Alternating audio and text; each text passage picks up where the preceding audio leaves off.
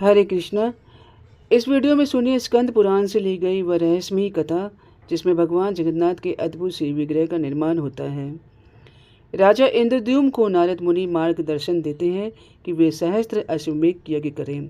राजा भव्य यज्ञशालाएं बनवाकर पूरे विश्व के राजाओं और ब्राह्मणों को आमंत्रित करते हैं और जैसे ही यज्ञ पूरा होता है प्रकृति में दिव्य लक्षण प्रकट होते हैं। समुद्र की लहरों से एक दिव्य दारू प्रकट होती है जिससे दिव्य सुगंध और प्रकाश फैल रहा होता है। यह संकेत है कि स्वयं भगवान जगन्नाथ लकड़ी के रूप में प्रकट हुए हैं।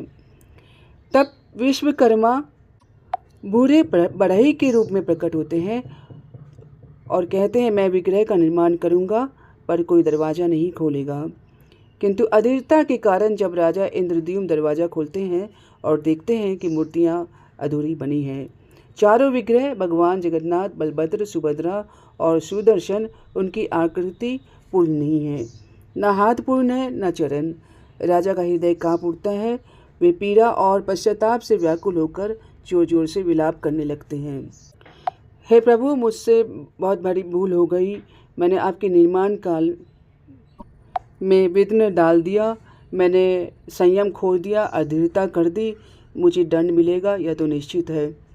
राजा मूर्तियों को निहारते हुए बेहोश होकर भूमि पर गिर जाते हैं। उसी समय नारद मुनि उन्हें उठाते हैं और कोमल वाणी से कहते हैं, हे राजन, दुखी मत होइए। जो कुछ हुआ है वह भगवान की इच्छा से ही हुआ है।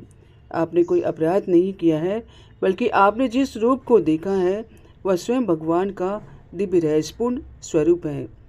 राजा उठते हैं, आश्चर्य से पूछते हैं, मुनिवर, क्या यह अधूरी मूर्ति ही भगवान की लीला का भाग है? नारद मुनि मुस्कुराकर कहते हैं, हाँ राजन, यह कोई त्रुटि नहीं, यह तो लीला है।